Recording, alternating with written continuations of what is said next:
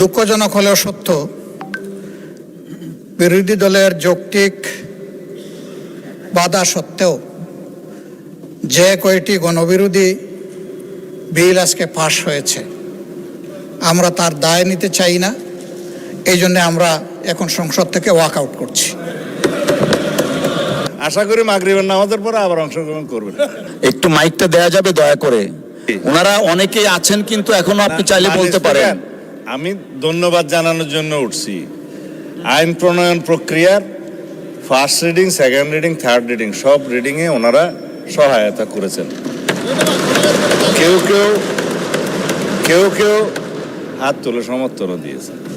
সমস্ত প্রক্রিয়ায় অংশগ্রহণের পরে ওয়াক আউটের কোনো মানে আছে কিনা এটা জানার জন্য, সমস্ত প্রক্রিয়া তারা অংশগ্রহণ করার জন্য ধন্যবাদ।